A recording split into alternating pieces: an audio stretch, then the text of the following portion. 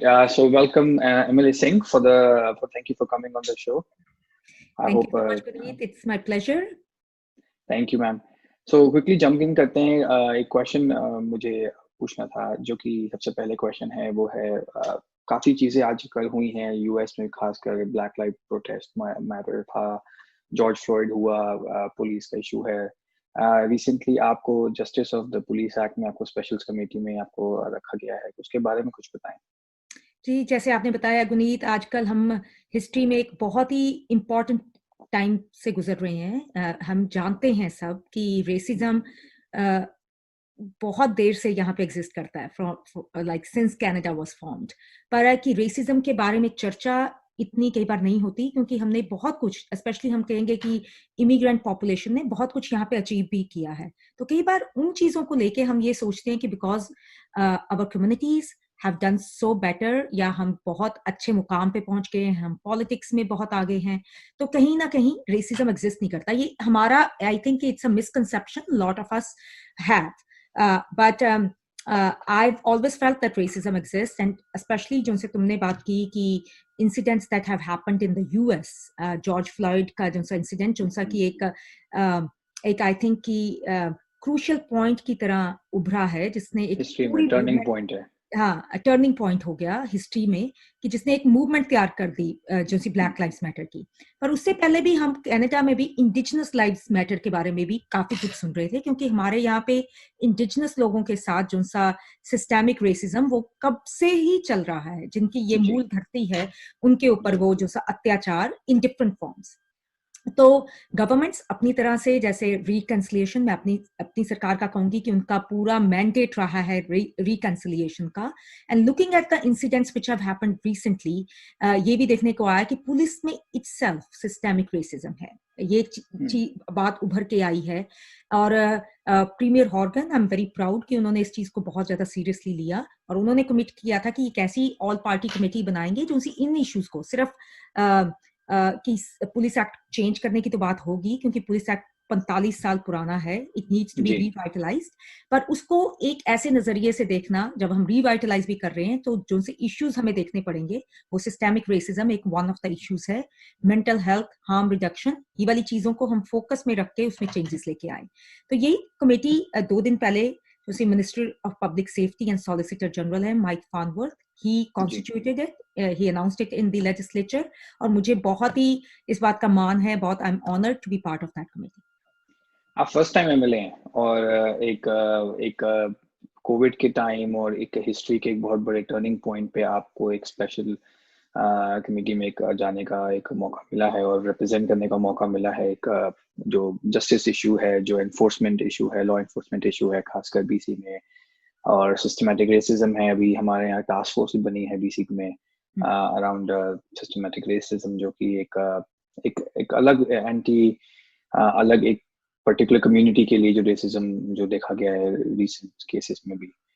तो I think कि बहुत सारा काम है इसमें. तो आप किन चीजों पे आप लोग ध्यान देने वाले हैं? आपका पर्सनल कुछ एक अप्रोच रहेगा?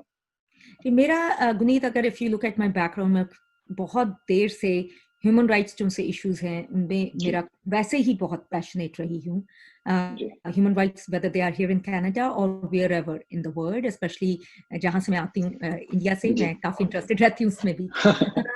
तो इसके लिए आई think it is very important कि जैसे मैंने जैसे पहले भी बताया कि कई बार लोगों को ये मिसकंसेप्शन हो जाती है कि रेसिज्म नहीं एग्जिस्ट होता यहाँ पे, क्योंकि हम बहुत अच्छी जिंदगी व्यतीत कर रहे हैं कंपेयर टू अमेरिका, जहाँ पे बहुत ज्यादा ब्लैक लाइव्स के बारे में चर्चा आता रहता है.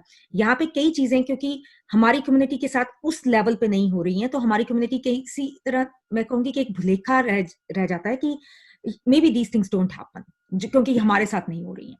जब जैसे अब हमने पिछले कोविड की तुमने बात की, तो कोविड में हमने देखा कि जो से चाइनीज कैनेडियंस हैं, एशियन कैनेडियंस हैं, उनके प्रति बहुत गुस्सा और उनके प्रति बहुत ही गंदा तरीके का रेसिज्म उभर के आया, जो सब पहले नहीं हमें नजर आ रहा था. बिल्कुल. तो वी थॉट, और कि लोगों को लगता है कि जस्ट कोविड करके ये रेसिज्म की समस्या आ गई है. It is not like that. Racism हमारे कहीं ना कहीं जो सबकॉन्शियस में वो बसा हुआ है. एक कि गुस्सा निकालना है, गुस्सा तुम्हें कोविड के करके तुम परेशान हो, फ्रस्ट्रेट हो, तो how come like that Asian Canadians become the target for that. या जैसे 9/11 आया था तो हमने देखा था कि मुस्लिम कम्युनिटी के खिलाफ गुस्सा आ गया था बहुत ज्यादा, इस्लामोफोबिया का जिसका बहुत बढ़ावा हुआ उस टाइम पे। और कई उसी दौरान कई बार जो सिख पॉपुलेशन है, because they look lot of times like, उनका लोगों को डिफरेंस नहीं पता होता, वो भी टारगेट में आए थे। तो कई बार लोग कहते थे कि we need to differentiate, we need to tell them कि हम मुसलमान नहीं हैं, हम सरदार हैं। और मेरा हमेशा से इस बात पे एतराज रहा है, इट इज नॉट, जो सा एक रेसिस्ट आदमी है उसके लिए ये मायना नहीं रखता है कि तुम क्या हो, तुम एशियन हो या तुम मुस्लिम हो या तुम इंडिजिनस हो या तुम ब्लैक हो, वो रेसिज्म इज रेसिज्म। और वो आज एक कम्युनिटी को टारगेट कर रहा है, कल किसी और को करेगा।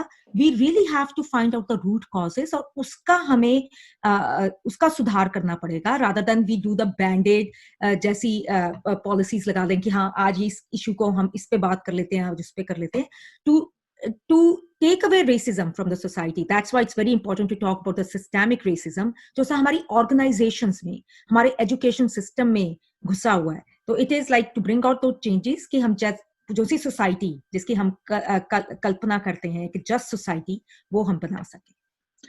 मैं देखूं कि बहुत पैशनेटली आपने इस बारे में बात करी, और एक क्वेश्चन मेरा ये है इस पे कि अभी बहुत एक आप बीसी की एनडीपी पार्टी मेंबर हैं और आप बीसी से एनडीपी के लिए आप एमएलए भी हैं।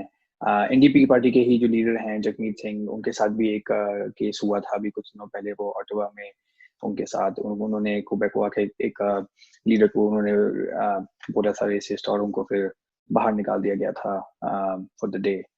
तो व्हाट डू यू थिंक कि वो मतलब वो कहाँ से आया है, क्या है उसके पीछे, आपके बारे में आपकी पर्सनल राय क्या है, और what does party think about it as well? मेरी तो I have been open about it कि I have criticised that incident. Jagmeet Singh जो से हैं, एक ही एक आप देखेंगे कि for the first time ever in Canadian history that we have a person of colour as the federal leader. ये कभी नहीं हुआ था। दिस वाज जब दैट थिंग हैपेंड, ऑलमोस्ट 3 साल हो गए हैं उस बात को, जब ये चीज भी आई थी, तो ये भी हमारे लिए एक टर्निंग पॉइंट था, हम जैसे लोगों के लिए इन द हिस्ट्री। लोगों को अंदाजा नहीं है कि एक आदमी who is very visibly different, right, he is very proud of his identity which is great, heritage. तो पगड़ी बांधते हैं, वो पगड़ी डिफरेंट तरह से भी बांधते हैं। और मुझे याद है कि जब वो तब भी जब उनकी फेडरल कैंपेन भी चल रही थी, तो कई लोग हमारी कम्युनिटी के भी कहते थे shouldn't he B wearing a पगड़ी इन अ डिफरेंट वे, या पिछले साल जब इलेक्शन हुई तो शायद इतना रेसिज्म नहीं होगा अगर ये पगड़ी डिफरेंट तरह से बांधेगा। और मेरा टेक इस पे ये था कि it does not matter what kind of पगड़ी he wears, it is racism जो उनकी तरफ जो सा बायस है, उनकी तरफ जो सी वैसे ही एक क्योंकि ही इज अ डिफरेंट, उनकी तरफ जो सा एक नजरिया है एक जो सी मेन स्ट्रीम का, वो वैसा ही रहेगा। इट डजंट मैटर बेशक मेरे जैसा if I am running for something like that, something so significant, I am not wearing any pagdi, but I'll also face the similar kind of discrimination.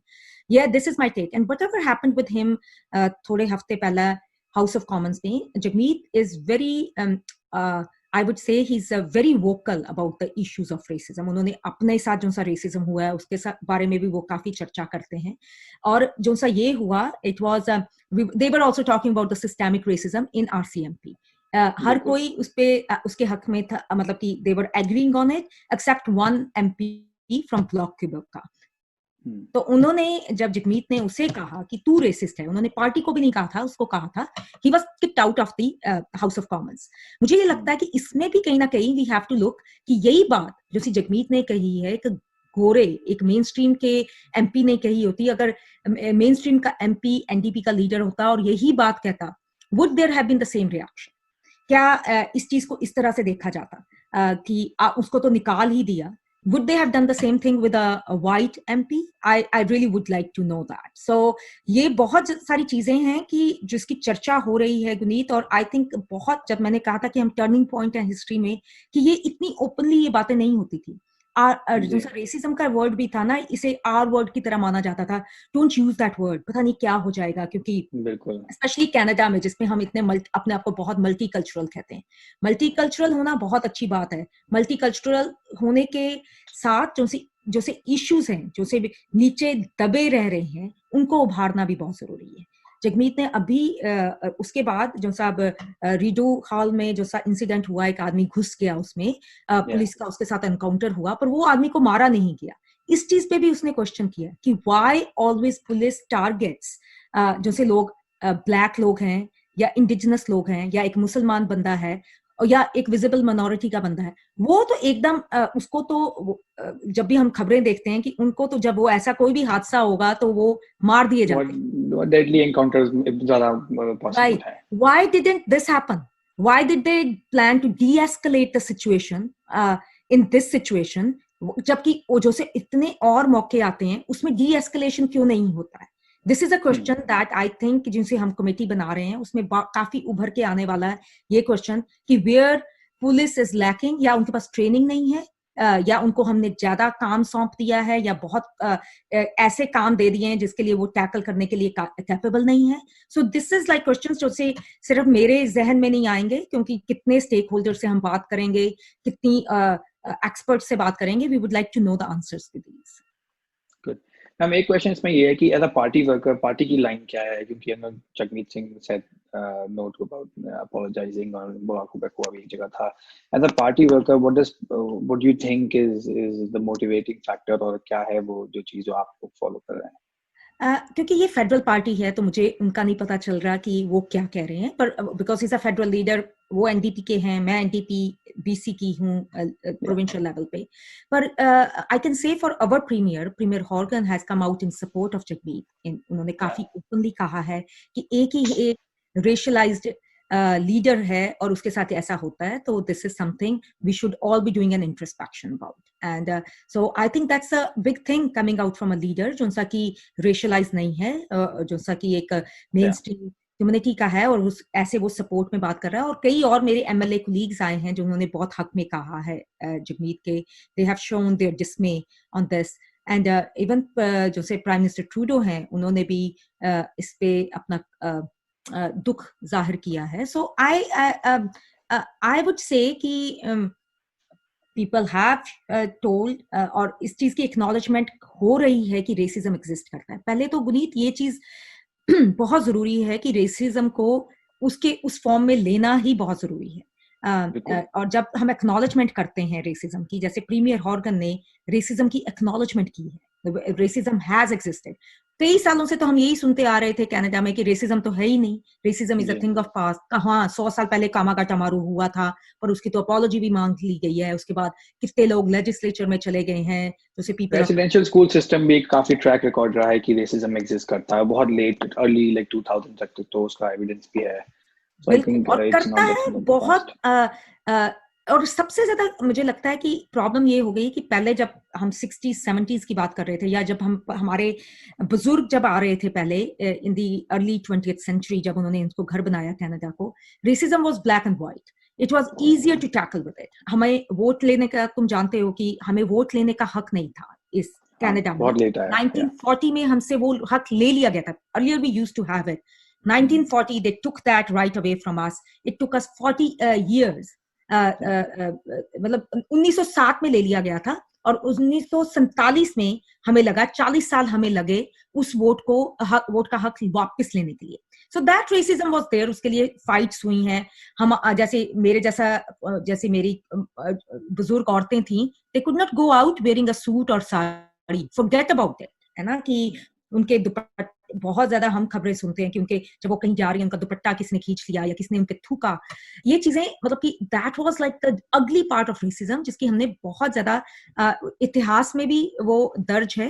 पर problem क्या होगी कि पिछले 2 दशक से जब हम लोग आ रहे हैं और बहुत संख्या में जब हम आए, we did not see that black and white racism. हम आए, हमने यहाँ के बहुत तरक्की की, इतना आउट ओपन नहीं था। हाँ, आउट ऑन ओपन नहीं था, सेटल था। हाँ, सेटल हाँ, बहुत सेटल था। और जैसा सिस्टेमिक हम जिसकी बात कर रहे हैं वो था। तो लोगों का, यही मैं कह रही हूँ कि लोगों का इस तरह का मिसकंसेप्शन हो गया, स्पेशली इन कम्युनिटीज लाइक सरी, जहाँ पे हमारा गढ़ है, जहाँ पे हम इतनी संख्या में हम लोग रहते हैं। तो ये एक तरह का एक उन्होंने सोच लिया कि दिस इज अवर हेवन में हम तो आ गए हैं कि जहाँ पे हम तरक्की कर सकते हैं, हम पैसे बना रहे हैं, हमारे बच्चे हम अपने तरह के फेस्टिवल्स मना रहे हैं। तुम जानते हो कि विसाखी है जो सा नॉर्थ अमेरिका की सबसे बड़ी विसाखी सरी में होती है, दिवाली जैसे हम फेस्टिवल्स मनाते हैं, ईद मनाते हैं यहाँ पे खुलेआम, और हमारे जो से मेन स्ट्रीम के पॉलिटिशियंस हैं उसमें शमूलियत करते हैं। तो पर जो सी चीजें हमने डिस्कस की हैं वो दो still exist, and I think मेरे जैसा औरत जो सी की जिसने who sitting in the legislature after और जस्ट बिकॉज कि मेरे पायनियर्स ने इतनी मेहनत की मुझे वहां पहुंचाने के लिए, it is, I think the onus is on person like me to talk about these issues. I am sitting on a position of privilege, और इस privilege को मैं या तो बहुत आराम से इस privilege को सिर्फ मना के और चली जाऊं, I think I would be doing a big injustice for the future generations, और उन generation के लिए जिन्होंने मेरी जगह ले ली, जिन्होंने आके उस सीटों पे बैठना है. I have to make it even better for them. मेरे pioneers ने मेरे लिए इतनी जगह बनाई, मेरे लिए ये रास्ते खोले. It is important for me to break the barriers that still exist. Thank you. काफी डिटेल में हमें इस पे काफी समय लगा, और आई थिंक 15 मिनट या आधा घंटा या 1 घंटा भी बहुत कम समय है इसके बारे में बात करने के लिए. कॉन्वर्सेशन आई थिंक एक्सटेंड और एक कंटिन्यूअस फॉर्म में कंटिन्यूटी होनी चाहिए, क्योंकि because it need a lot of addressing. मेरा एक सवाल इससे हटके ये भी है कि मैम कोविड के बाद ट्रैवल रिस्ट्रिक्शंस हो गए हैं और लेजिस्लेचर स्टार्ट हो गया है, पार्लियामेंट एक नए हाइब्रिड मॉडल में गई है. थोड़ा सा एक्सप्लेन करेंगी कैसे वो कन्वीन हो रहा है और हाउ, मतलब पहले से क्या डिफरेंट है? बहुत डिफरेंट है. कोविड ने हमारी जिंदगी बदल दी है, तुम्हें नो दैट कि मैंने कभी जूम का नाम नहीं सुना था बिफोर कोविड. पता ही नहीं था कि जूम जैसा कुछ है. यस, स्काइप के बारे में पता था, पर जूम का ये जो ऐप है इसके बारे में मुझे I think the first time I heard was when we went into that covid mode. कितनी देर से हम जूम के साथ जो सा 2 महीने लॉकडाउन रहा, लेजिस्लेचर सस्पेंड कर दिया गया, तो जितनी भी मीटिंग्स हो रही थी जूम के जरिए हो रही थी. और जब लेजिस्लेचर को ओपन करने की बात हुई, क्योंकि obviously health restrictions, travel restrictions को मद्देनजर देख के it was not safe to have all the members of legislature. हम 87 मेंबर्स हैं लेजिस्लेचर के, to have them all together in the chambers. It was not possible to do that physical distancing. So, but legislature का काम भी बहुत जरूरी था, कई बिल बहुत इंपॉर्टेंट थे जो उनसे आने थे. So the plan happened कि कुछ मेंबर्स वहां पे होंगे in the cabinet, in the chambers, और कई मेंबर्स होंगे जो उनसे ऑनलाइन काम करेंगे. तो हाइब्रिड मॉडल इसको कहा जाता है. Some people in person, some people online. Around 24 के आसपास जो है वो पार्लियामेंट में एक टाइम पे रहेंगे, बाकी वर्चुअली जो हाँ, सिर्फ इतने लोग 13 वहां पे होंगे, and rest all are online. वहां पे बहुत बड़ी, मैंने नहीं अभी जाके देखा, मैंने जो से 2 हफ्ते अभी तक लेजिस्लेचर के किए हैं, I have done it online. So it feels very strange, क्योंकि जैसे आपसे बात कर रही हूँ ऐसे ही स्टेटमेंट्स भी दे रही हूँ तो ऐसे दे रही हैं, किसी बिल पे बोल रही हूँ ऐसे बोल रही हूँ, तो आपको खुद को नहीं पता होता कि कहीं वो मेरी आवाज पहुंच भी रही है वहां पे कि नहीं, राइट? हालांकि everybody says yeah, it's all very clear, the big screens are there, everybody can hear you, but it's a very strange feeling. I'm sitting in my office or in my home doing the work, and पर ऐसे members की rotation हो रही है गुनीत, तो मुझे मौका मिलेगा अगले हफ्ते विक्टोरिया में खुद जाने का. I'm really looking forward to it, but still being in Victoria also it would be very strange, क्योंकि बहुत कम मेंबर्स वहां देखने को मिलेंगे हमें. आने वाले ये जो नए लेजिस्लेचर है, कुछ इम्पोर्टेंट मुद्दे जिसपे एज अ पार्टी आप लोग काम कर रहे हैं. ऑफ कोर्स एक पुलिस एक्ट में आपने हमने स्टार्टिंग में बात करी, उसके अलावा कुछ इम्पोर्टेंट मुद्दे जिसपे आप लोग पार्टिसिपेट कर रहे हैं, लुक फॉरवर्ड कर रहे हैं? अभी जो से पिछले हफ्तों में जो से बिल आए हैं जो से बहुत ही इम्पोर्टेंट थे, और उनका उन पे डिस्कशन करनी और उनका पास होना बहुत जरूरी था. उनको रॉयल असेंट भी अब मिल गया है. पर एक बिल जो से which was very close to my heart was, क्योंकि मैंने बहुत काम किया है डोमेस्टिक वायलेंस के साथ, तो मैं जानती हूँ कि बहुत ही एक ट्रॉमेटिक एक्सपीरियंस होता है किसी भी बेशक वो आदमी है या औरत है जो सा एक्सपीरियंस कर रहा है डोमेस्टिक वायलेंस. तो minister of labour Harry Bains bill लेके आए थे जो सा इंट्रोड्यूस हुआ था इन द स्प्रिंग सेशन, पर उस पर अभी चर्चा नहीं हो पाई थी बिकॉज ऑफ कोविड, सस्पेंड हो गया था. तो वो उसमें था कि 5 दिन की छुट्टी, पेड छुट्टी मिल रही है विक्टिम को, कि वो अपनी रिसोर्सेज वगैरह ले सके, और काउंसलिंग की जरूरत है या उसको घर नया ढूंढने की जरूरत है. तो वो बिल का के लिए ऊपर चर्चा हुई. This was the bill that was on the top. जब लेजिस्लेचर रिज्यूम हुआ उस पर चर्चा हुई और वो पास हुआ. आई think that is very big, specially जिस बैकग्राउंड से मैं आती हूँ. उसमें उसके नजरिए से देखूं तो मेरे लिए जैसे पर्सनली कई बिल मेरे लिए बहुत इंपॉर्टेंट है, तो वो एक बिल था। एक आईसीबीसी में चेंजेस हैं का बिल था, जिसको भी रॉयल असेंट मिला है। ICBC we know has been, वो या चर्चा में रहती है हमेशा, whatever we do. बहुत ज्यादा close to our heart. It is close to your heart and it is close to a lot of people's heart, क्योंकि हमारी जेब में से पैसा जाता है आईसीबीसी के लिए। और देयर आर वी नो कि आईसीबीसी बहुत ही एक बुरी हालत में, डेफिसिट की हालत में छोड़ दी गई थी पिछली सरकार की तरफ से। सो पिछले 3 साल से जो से अटॉर्नी जनरल हैं डेविड ईबी, उसमें चेंजेस लाने की कोशिश कर रहे हैं, तो उसके रिलेटेड भी एक बिल था। और बिल आया जो सा स्ट्राटा कॉर्पोरेशन, आप जानते हैं कि स्ट्राटा फीस काफी ज्यादा बढ़ गई है, इंश्योरेंस कभी उनके स्ट्राटा इंश्योरेंस है जो सी उसके लिए बहुत लोगों को चिंता है।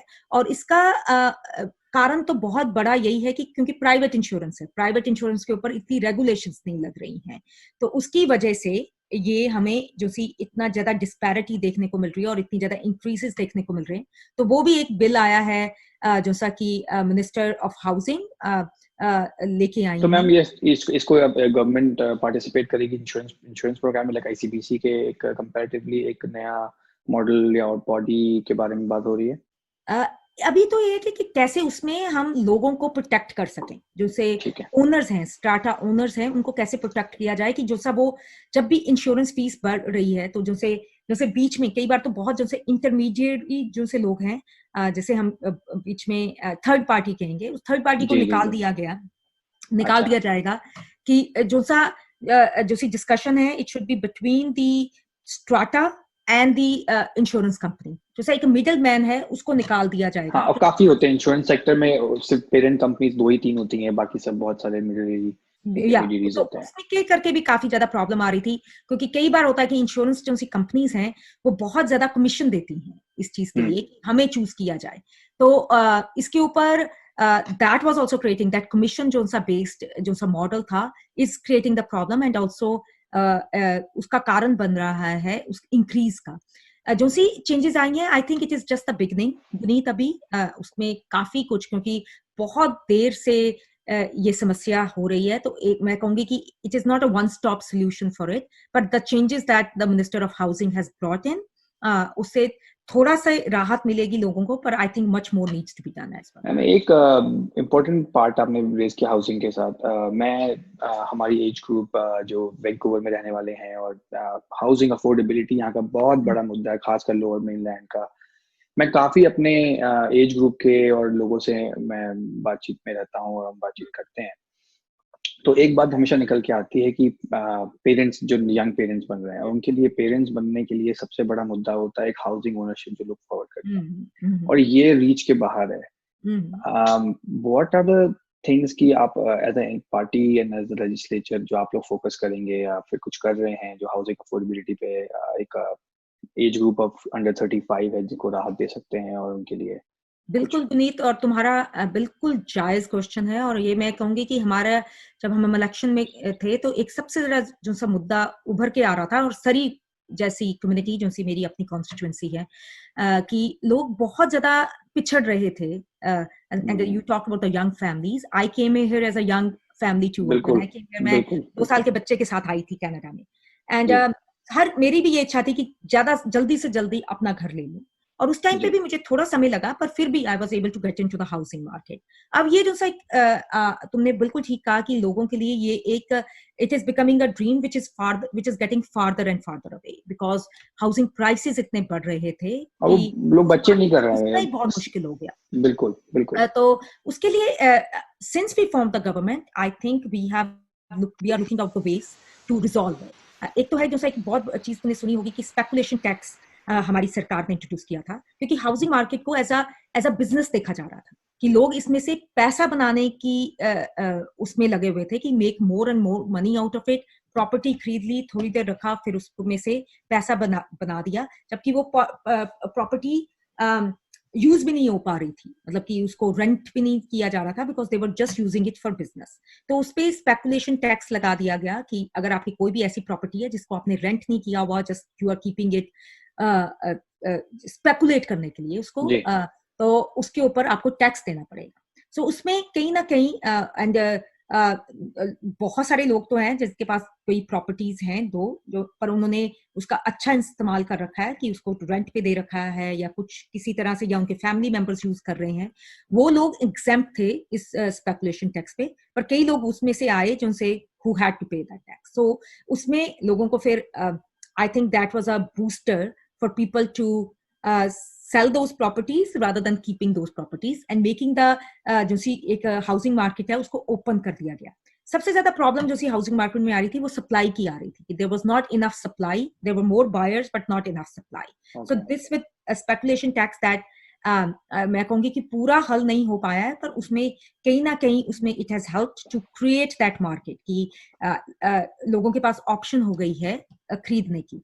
अभी भी we have to do a बहुत लॉट। फार फेच ड्रीम है मैम, क्योंकि ये जो सप्लायर और जो इंसेंटिव है developers to develop more market, वो speculation tax they were trying to, मैं I was a part of finance industry में, देखा अपने आंखों के सामने, मंडे ऑफर क्लोज हुआ है और थर्सडे को 50,000 अबव बिड होके वो घर जो ले बिक रहे हैं। गया लाइक दिस इज लाइक, बिल्कुल कहाँ से, like was this crazy about how how मतलब घर की इन्वेस्टमेंट, वो सेंस ऑफ सिक्योरिटी एक मनी मेकिंग मैकेनिज्म बन चुका है और बिल्कुल अभी भी बिल्कुल, है इसको वो। मैंने जैसे कहा कि एक बिजनेस की तरह ले रहे थे लोग, रादर देन की हाउसिंग जो सी हमारी नीड है, नीड है बेसिक या नीड है, उसको समझ ही नहीं रहे हैं। एंड मैं I have a young son too, and मुझे कई बार लगता है कि would he able be able to afford a house, जैसे वो कमा रहा है या अपने बलबूते पे वो घर खरीद पाएगा जैसे हम लोग खरीद पाए थे। सो ये एक बहुत चिंता का विषय है।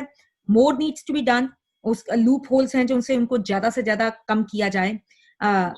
जो सी आजकल मैं कहूंगी कि प्रॉपर्टी के रेट्स हैं, अगर बढ़ नहीं रहे हैं तो काफी स्टेबलाइज हुए हैं पिछले 2 सालों में, कि एकदम मार्केट बिल्कुल नीचे भी नहीं गिरी है, विच वी डिडंट वांट कि लोगों की जो सी इन्वेस्टमेंट्स है वो बिल्कुल भी ऐसा ना हो कि पानी बन जाए। They should have enough investment. पर है कि ये भी नहीं कि आप इतना बढ़ाई जाओ। आज आपका कौन सा घर है जो सा 5 लाख का है और अगले महीने आप देखो तो वो 6 लाख का हो रखा है। ये तो वी डोंट अनरियल है। Want that, right? So enough. और उसके साथ साथ है कि बहुत ज्यादा जरूरत है सोशल हाउसिंग की भी, गुनीत की। उसमें भी हमारी सरकार का एक प्रॉमिस रहा है कि ज्यादा से ज्यादा सोशल हाउसिंग क्रिएट की जाए, स्पेशली वो लोग जो उसे अफोर्ड नहीं कर पा रहे हैं, फैमिलीज के लिए, जो सी फैमिलीज जिनको घरों की जरूरत है और वो घर अफोर्ड नहीं कर पा रही हैं, उनके पास एक ऑप्शन हो कि कि वो सोशल हाउसिंग में अप्लाई कर सकें। और सोशल हाउसिंग का भी ये चक्कर रहा कि पिछली सरकार ने इन्वेस्ट नहीं किया था सोशल हाउसिंग में। सो मोर एंड मोर इसको टाइम लगेगा जरूर, जैसे हमें स्कूल्स बनाने में टाइम लग रहा है या हॉस्पिटल्स बनाने में टाइम लग रहा है, पर in the coming years you will see once that housing is in place, उसके साथ जो सी लोग हैं, जैसे बहुत ही वल्नरेबल पॉपुलेशन है या जो लोग अफोर्ड नहीं कर पा रहे हैं घर खरीदना, उनको वो घरों की जो सी उनकी जरूरत है वो पूरी हो पाएगी। ठीक है ma'am, thank you. Anything last आप कुछ शेयर करना चाहते हैं हमारे व्यूअर से, और आने वाले कुछ टाइम के लिए आप क्या फोकस रहेगा, और एंडिंग कमेंट्स? मैं तो बस यही कहूंगी कि covid has been life changer in our lives, and किसी ने भी जनवरी में अगर कोई किसी को कहता कि कोविड आने वाला है और ऐसे हमारी जिंदगी रुकने वाली है, nobody बिल्कुल। would have even thought about it. And but I would really say, I would really like to thank through तुम्हारे मीडियम के थ्रू जो से लोग सुन रहे हैं, I would really like to thank the sacrifices people have made, या जो से precautions उन्होंने लिए, या उन्होंने जो से इतने महीनों तक अपने दोस्तों, अपनी फैमिली से दूर रह के गुजारे हैं, अपनी ट्रैवल प्लान्स चेंज की हैं। आई थिंक जो सी आज बीसी जिस हालत पे पहुंचा है, that we have been able to flatten the curve, हम नहीं कर पाते अगर लोगों का सहयोग नहीं मिलता। So I from the bottom of my heart I really want to thank everybody. And ये है कि अगला आने वाला समय भी काफी मुश्किल होने वाला है हमारे लिए, we all know that.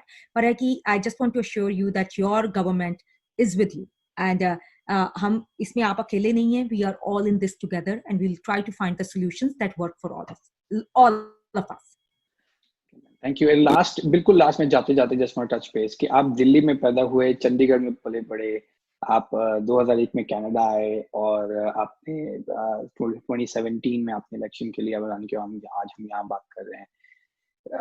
Being three things, like being a woman of color, minority, and a woman itself जिसने डोमेस्टिक वायलेंस के ऊपर इतना काम किया है, what is like ये सोसाइटी के जो रोल मॉडल्स अगर हम बात करें तो मतलब these are the things जो चेकलिस्ट में जो चेक जा रहे हैं, आपको इसके बारे में what do you feel कि बिगेस्ट कंट्रीब्यूशन क्या रहा है, और जो आपने पहले भी बात करी, जो लेगेसी और है, जो प्रिविलेज के पोजीशन पे आप हैं, तो what is your opinion on it? आप क्या सोचते हैं इस बारे में? बिल्कुल Guneet, I am extremely privileged. जैसे तुम जानते हो मैं 2001 में आई थी और 2017 में मैं एमएलए बन गई थी। बहुत ही छोटा स्पैन था। बिल्कुल। एंड मुझे कोई भी इस बारे में वो नहीं है मिसकंसेप्शन कि मैं कोई अपने ही बलबूते पे कर पाई हूँ। ठीक है, मेरे पास पैशन था पॉलिटिक्स का, मुझे पॉलिटिक्स की जानकारी थी, मेरा वॉलंटियर वर्क था पॉलिटिक्स में, but I wouldn't have been able to do this, reach where I am without the allies I had, और वो allies मेन स्ट्रीम के भी थे। उनमें से बहुत बड़े एलाई आई वुड से उस टाइम पे लीडर थे हमारी पार्टी के, who is now the premier, जिन्होंने he when he thought about giving me a ticket, John Horgan की बात हो रही है। जॉन हॉर्गन की मैं बात करूंगी। जब उन्होंने कहा, जब उन्होंने मुझे अप्रोच किया, ये हमने पहले भी जब चर्चा की थी, मैंने ये कहा था कि मैंने कभी पार्टी को, जब मैं वॉलंटियर कर रही थी, कभी ये सोच के नहीं किया था कि I will become an MLA one day और मुझे एक सीट चाहिए कहीं से। कई लोग मुझे ये आइडिया देते होते थे, you should be thinking about it, तुम सोचो कौन सी सीट चाहिए तुम्हें, and I never thought about it.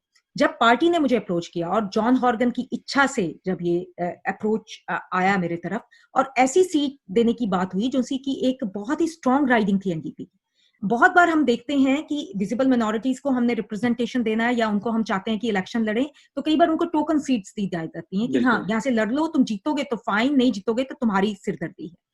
पर he was very conscious of the fact कि एक औरत जो सी विजिबल मिनोरिटी है और रिसेंट इमिग्रेंट है, उसको हम चाहेंगे कि वो लेजिस्लेचर में बैठे, तो इसे हम अफर्मेटिव एक्शन जब कहते हैं, ये I think it's a real form of that affirmative action that he did. And he's done it with the indigenous MLA also. हमारे पास पहली indigenous MLA जो सी आई, वो NDP में आई और वो अब एक कैबिनेट मिनिस्टर है। So I think जो सी diversity is the strength of a community, इसका एक बहुत बड़ा एग्जाम्पल NDP सेट कर रही है। अभी भी मैं कहूंगी कि कई ऐसी कम्युनिटीज हैं जिसकी रिप्रेजेंटेशन की हमें जरूरत है, बेशक वो मुस्लिम कम्युनिटी है या ब्लैक कम्युनिटी है, उसकी रिप्रेजेंटेशन हम चाहेंगे कि मोर रिप्रेजेंटेशन आए लेजिस्लेचर में, and my task would be to ease those barriers for those communities. जिन लोगों जिसकी हमें हम जानते हैं मुस्लिम कम्युनिटी बहुत बड़ी संख्या में है सरी में, उनकी रिप्रेजेंटेशन नहीं है या ब्लैक्स की रिप्रेजेंटेशन नहीं है, तो कैसे उनके बैरियर्स को हटाया जाए, I would really work towards that. That's awesome, man. और ये जरूरी भी है कि सबको लेके एक मुख्य धारा में, एक मेन स्ट्रीम में लेके चला जाए। आई थिंक एक अच्छी रिप्रेजेंटेशन आज के young, like I think party, अगर सारी पॉलिटिकल पार्टीज अगर यंग जनरेशन की तरफ देखे तो एक सोल्यूशन भी उनको दिखेगा, क्योंकि because younger generation seems to be more inclusive than the older generation. बिल्कुल बिल्कुल, ये तो लीडिंग हो रही है। And we need like media people like you who are bringing such important issues to the forefront, right? So thank you for all the great work that you are doing, Vineet. Thank you, ma'am. I'll close the recording. Thank you, ma'am. Appreciate it. Thank you so much. Lovely talking to you. Yeah, ma'am. We'll connect here.